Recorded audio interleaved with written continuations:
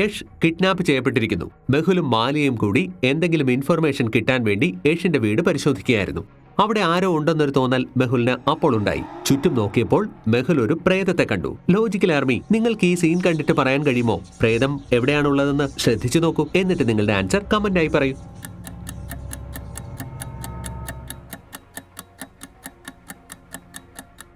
യഷിന്റെ ബെഡിന്റെ താഴേക്ക് നോക്കൂ. ആരുടെയോ നിഴല് കാണാൻ കഴിയും. അവിടെ വീട്ടിൽ ആരുമില്ലെങ്കിൽ പിന്നെ ഈ നിഴൽ ആരുടേതാണ്?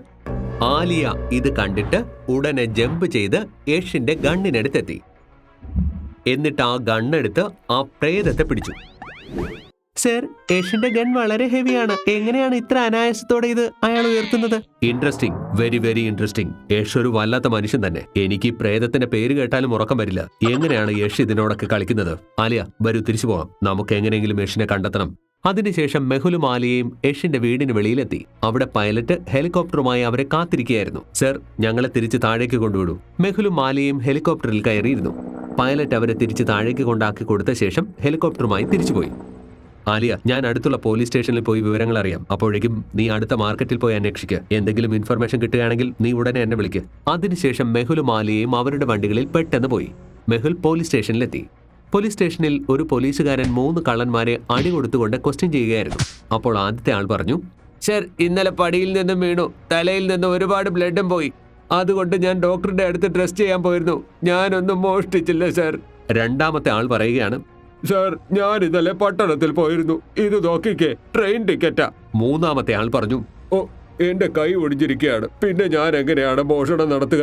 ഇവർ പറഞ്ഞത് കേട്ടിട്ട് മെഹുലിന് മനസ്സിലായി ഇതിൽ ആരാണ് കള്ളം പറയുന്നതെന്ന്. എന്താ ലോജിക്കൽ ആർമി, നിങ്ങൾക്ക് മനസ്സിലായോ? ചിന്തിക്കൂ.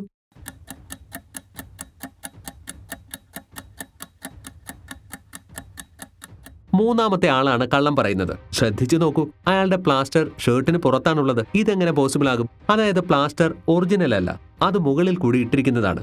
ഇയാൾ കള്ളം പറയുന്നതാണ്. പോലീസിനെ വിഡ്ഢിയാക്കുകയാണ് ഇയാൾ. മെഹുൽ പെട്ടെന്ന് ആ സെല്ലിനകത്തേക്ക് പോയി അയാളുടെ കയ്യിലെ പ്ലാസ്റ്റർ ഊരിയെടുത്തു. നോക്കൂ ഇൻസ്പെക്ടർ, ഇയാൾ നമ്മളെ വിഡ്ഢിയാക്കുകയാണ്. അയാളുടെ കൈ ഒടിഞ്ഞിട്ടൊന്നുമില്ല. വൗ സർ, തീർത്തും ഒരു ജീനിയസ് ആണ്. താങ്കളുടെ പേരെന്താണ്?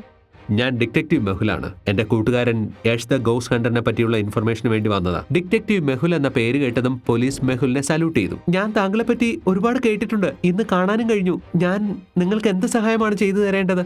അപ്പോൾ മെഹുൽ ഇൻസ്പെക്ടറോട് എല്ലാ കാര്യങ്ങളും പറഞ്ഞു. സർ, എനിക്ക് യഷിനെ പറ്റി ഒന്നും അറിയില്ല. പക്ഷേ ഇന്ന് രാവിലെ ആ പലചരക്ക് കടയ്ക്ക് മുന്നിൽ ഒരാളില്ലാത്ത ഒരു സ്പെഷ്യൽ ബൈക്ക് കണ്ടു. ഞങ്ങൾ അതിനെ പോലീസ് സ്റ്റേഷന്റെ പുറകിൽ വെച്ചിട്ടുണ്ട്. അതിനുശേഷം മെഹുലും ഇൻസ്പെക്ടറും പോലീസ് സ്റ്റേഷന്റെ പുറകിലേക്ക് പോയി. അവിടെ ഒരു ബൈക്ക് ഉണ്ടായിരുന്നു. ഇത് യഷിന്റെ ബൈക്കാണല്ലോ. മെഹുൽ യഷിന്റെ ബൈക്ക് നല്ലതുപോലെ ചെക്ക് ചെയ്തു. എന്നിട്ട് ബൈക്ക് കിട്ടി ആ മാർക്കറ്റിനടുത്തേക്ക് പോലീസുകാരോടൊപ്പം പോയി. പോലീസ് സ്റ്റേഷനിൽ നിന്ന് മാർക്കറ്റിലേക്ക് പോകുവാൻ 3 വഴികൾ ഉണ്ടായിരുന്നു. ആദ്യത്തെ വഴി ഗൗതം നഗറിൽ കൂടെയുള്ളതായിരുന്നു. പക്ഷേ അവിടെ മേള നടക്കുകയാണ്. രണ്ടാമത്തെ വഴി വിജയ് നഗറിലൂടെയാണ്. പക്ഷേ അവിടുത്തെ പാലം പൊളിഞ്ഞു പോയിരുന്നു. അതിനാൽ വഴി അടഞ്ഞിരുന്നു.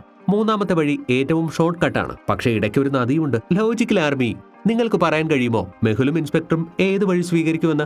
A, B or C? ചിന്തിക്കൂ ലോജിക്കൽ ആർമി.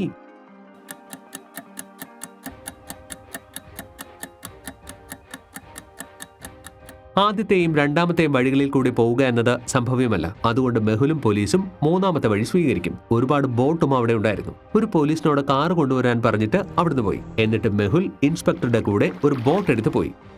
ഇൻസ്പെക്ടറും മെഹുലും ബൈക്ക് കിട്ടിയ സ്ഥലത്തെ കടയിലേക്ക് പോയി. അവിടെ എല്ലാ കടയും തുറന്നിരുന്നു. സർ, നമുക്ക് യഷിന്റെ ബൈക്ക് ഇവിടെ നിന്നാ കിട്ടിയത്. ഇൻസ്പെക്ടർ, എത്ര കടകളുണ്ടോ എല്ലാ കടയിലും അന്വേഷിക്കണം. പിന്നീട് മെഹുലും ഇൻസ്പെക്ടറും കൂടി എല്ലാ കടകളിലും അന്വേഷണം നടത്തി. മെഹുലും പോലീസും കൂടി ഒരുപാട് നേരം തിരച്ചിൽ നടത്തി. പക്ഷെ അവർക്ക് ഒരു ഇൻഫർമേഷനും കിട്ടിയില്ല. മെഹുലിന് ഒന്നും തന്നെ മനസ്സിലായില്ല. എങ്ങനെ ഈ ബൈക്ക് മാർക്കറ്റ് വരെ എത്തിയെന്നും യഷ് എവിടെയാണ് മറഞ്ഞു പോയതെന്നും. കടയിൽ നിന്നും പുറത്തു വന്ന ശേഷം മെഹുല ബൈക്ക് കിട്ടിയ കടയുടെ പുറത്തു വന്നു നിന്നു. മെഹുൽ തന്റെ മുഴുവൻ ഫോക്കസും എടുത്ത് 4 പാടും നോക്കാൻ തുടങ്ങി. അപ്പോൾ മെഹുലിന് ഒരു ഡൗട്ട് തോന്നി. അപ്പോൾ അവിടെ എന്തോ നടന്നിട്ടുണ്ടെന്ന് മെഹുലിന് തോന്നി. ലോജിക്കൽ ആർമി, നിങ്ങൾക്ക് കണ്ടിട്ട് പറയാൻ കഴിയുമോ എന്ത് കണ്ടിട്ടാണ് മെഹുലിന് അത് മനസ്സിലായതെന്ന്? ചിന്തിക്കൂ.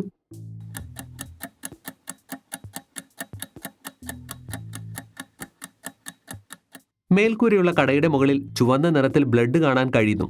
അതാണ് മെഹുലിന് ഡൗട്ട് തോന്നിയത്. മെഹുൽ പെട്ടെന്ന് കസേരയുടെ സഹായത്താൽ ആ മേൽക്കൂരയിൽ കയറി നോക്കി. അവിടെ ഒരുപാട് രക്തക്കറകൾ ഉണ്ടായിരുന്നു. Interesting, very very interesting. ഇത് ആരുടെയോ രക്തമാണെന്ന് തോന്നുന്നു. പെട്ടെന്ന് അവിടെ കണ്ട ആ ബ്ലഡിന്റെ സാമ്പിളും എടുത്ത് വണ്ടിയുടെ അടുത്തേക്ക് പോയി. എനിക്ക് പെട്ടെന്ന് ഡോക്ടർ സഞ്ജനയുടെ അടുത്ത് പോയി ബ്ലഡ് സ്റ്റെയിൻസ് പരിശോധനയ്ക്ക് കൊടുക്കണം. മെഹുൽ സഞ്ജനയുടെ ലാബിലേക്ക് പോയി. എന്നിട്ട് ആലിയെ ഫോൺ വിളിച്ചു. ആലിയ, ഞാൻ ഡോക്ടർ സഞ്ജനയുടെ അടുത്തേക്ക് പോവുകയാണ്, നീയും അങ്ങോട്ട് വരൂ. മെഹുൽ ഫുൾ സ്പീഡിൽ വണ്ടി ഓടിച്ച് ഡോക്ടർ സഞ്ജനയുടെ ലാബിലെത്തി. ഡോക്ടർ സഞ്ജന അവിടെ ഒരു ഇമ്പോർട്ടന്റ് പ്രോജക്റ്റിൽ വർക്ക് ചെയ്യുകയായിരുന്നു. ഡോക്ടർ സഞ്ജന, പെട്ടെന്ന് തന്നെ ഈ ബ്ലഡിന്റെ DNA ടെസ്റ്റ് നടത്ത്. എനിക്ക് റിപ്പോർട്ട് ഉടനെ വേണം. നോക്കൂ മെഹുൽ, ഞാനൊരു ഇമ്പോർട്ടന്റ് റിസർച്ച് ചെയ്യുക. നിങ്ങൾ അല്പനേരം വിശ്രമിക്കൂ, ഞാൻ അപ്പോഴേക്കും ചെയ്തു തരാം. ഇല്ല ഡോക്ടർ, എന്റെ ഫ്രണ്ട് യഷിനെ പെട്ടെന്ന് കാണാതായി. എനിക്ക് പെട്ടെന്ന് ബ്ലഡിന്റെ റിപ്പോർട്ട് വേണം. മെഹുൽ സീരിയസ് ആണെന്ന് കണ്ടിട്ട് പെട്ടെന്ന് ഡോക്ടർ സഞ്ജന ആ ബ്ലഡ് സാമ്പിൾ പരിശോധനയ്ക്ക് കൊണ്ടുപോയി. കുറച്ചു സമയത്തിനകം റിസൾട്ട് കൊണ്ടുവന്നു. ഡോക്ടർ സഞ്ജന മെഹുലിനോട് ഇത് യഷിന്റെ ബ്ലഡ് സ്റ്റെയിൻ ആണെന്ന് പറഞ്ഞു. ഇത് കേട്ടിട്ട് മെഹുലിന്റെ തല കറങ്ങിപ്പോയി. ഇമ്പോസിബിൾ, യഷിനെ ആരാണ് ആക്രമിച്ചത്? ഇതിൽ തീർച്ചയായും ഭൂതരക്ഷകന്റെ കൈയാവും ഉണ്ടാവുക. അതിനുശേഷം മെഹുൽ പെട്ടെന്ന് ലാബിൽ നിന്ന് പുറത്തേക്ക് പോയി. ഡോക്ടർ സഞ്ജന മെഹുലിനെ വിളിച്ചെങ്കിലും മെഹുൽ ഡോക്ടർ സഞ്ജനയുടെ വിളി കേട്ടില്ല. വണ്ടിയിൽ പെട്ടെന്ന് ജയിലിലേക്കും പോയി. ഇനി ആ സെക്യൂരിറ്റി ഗാർഡിനെ അറിയാവൂ ഭൂതരക്ഷകനെ വിടുവിക്കാൻ പൈസ കൊടുത്തത് ആരാണെന്ന്. മെഹുൽ സ്പീഡിൽ കാർ ഓടിച്ച് ജയിലിലെത്തി. പെട്ടെന്ന് പോയി സെക്യൂരിറ്റി ഗാർഡിനെ കണ്ടു. ഹേയ്, ആ പെൺകുട്ടി നിങ്ങൾക്ക് പൈസ തന്ന സ്ഥലത്തേക്ക് എന്നെയും കൊണ്ടുപോകൂ. സർ, ആ സ്ഥലം കാട്ടിനുള്ളിലാണ്. ആ പെൺകുട്ടി പൈസ തരാനായി എന്നെ അവിടെയാ വിളിപ്പിച്ചത്.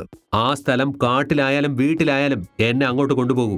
അതിനുശേഷം മെഹുൽ സെക്യൂരിറ്റി ഗാർഡിനൊപ്പം ആ പെൺകുട്ടി എവിടെ വെച്ചാണോ പൈസ കൊടുക്കുവാൻ വേണ്ടി ആ സെക്യൂരിറ്റി ഗാർഡിനെ വിളിച്ചത് ആ സ്ഥലത്തേക്ക് പോയി.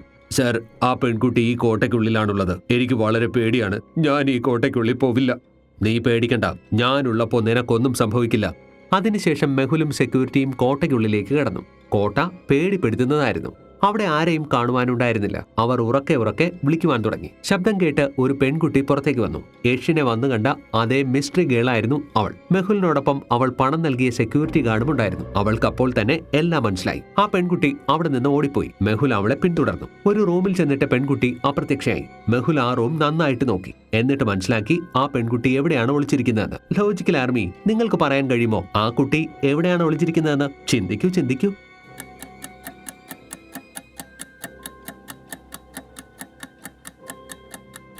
ശ്രദ്ധിച്ചു നോക്കൂ. റൂമിലുള്ള ഒരു കേർട്ടൻ അനങ്ങുന്നുണ്ട്. അപ്പുറത്തെ സൈഡിലുള്ള കേർട്ടൻ അനങ്ങുന്നുമില്ല.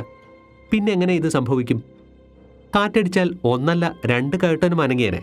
അതിനാൽ ആ പെൺകുട്ടി കേർട്ടന് പുറകിലാണ് ഒളിച്ചിരിക്കുന്നത്. മെഹുൽ അവളെ പിടിച്ചു. സത്യം പറയ്, നീ ആരാണ്? എന്റെ ഫ്രണ്ട് യഷിനെ നീ എന്താ ചെയ്തത്? ഞാൻ രജനിയാണ്. യഷിന് എന്തു പറ്റി? യഷ് എന്റെയും കൂട്ടുകാരനാണ്. കൂടുതൽ ബുദ്ധിമതിയാകാൻ ശ്രമിക്കരുത്. സത്യം പറയ്, നീയും ആ പ്രേത രക്ഷകയും ചേർന്ന് യഷിനെ എന്ത് ചെയ്തു? രജനി പ്രേതങ്ങളുടെ രക്ഷക അവളുടെ അമ്മയാണെന്നും യഷിനെ പറ്റിയുള്ള വിവരമൊന്നും അറിയില്ലെന്നും പറഞ്ഞു. ലോജിക്കൽ ആർമി, മെഹുലിനി എന്ത് ചെയ്യും? പ്രേതങ്ങളുടെ രക്ഷക യഷിനെ എന്ത് ചെയ്തു കാണും? യഷിനെ മോചിപ്പിക്കുവാൻ രജനി മെഹുലിനെ സഹായിക്കുമോ? നമുക്ക് കാണാം അടുത്ത എപ്പിസോഡിൽ.